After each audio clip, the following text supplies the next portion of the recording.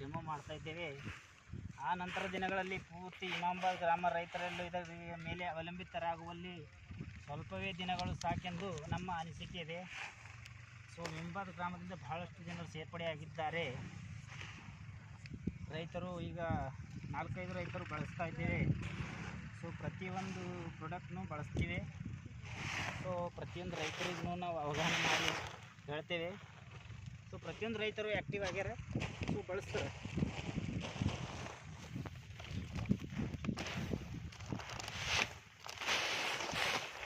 ಮಿಶ್ರಣ ಸರಿಯಾಗಿ ಮಾಡಿದಲ್ಲಿ ಎಲ್ಲ ಕಡೆ ಬೀಳೋಂಥ ಚಾನ್ಸಸ್ ಇದೆ. ಸೊ ಮೇನ್ ಮಿಶ್ರಣನೇ ಇದೆ ನಾವು.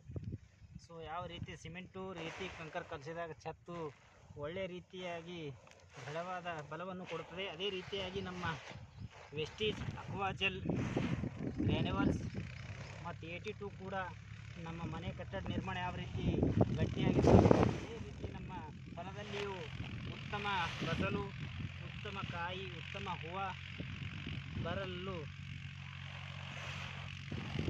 ಕಾರಣವಾಗುತ್ತದೆ ಎನ್ನತಕ್ಕಂಥ ಮಾತನ್ನು ತಿಳಿಸ್ತೇವೆ.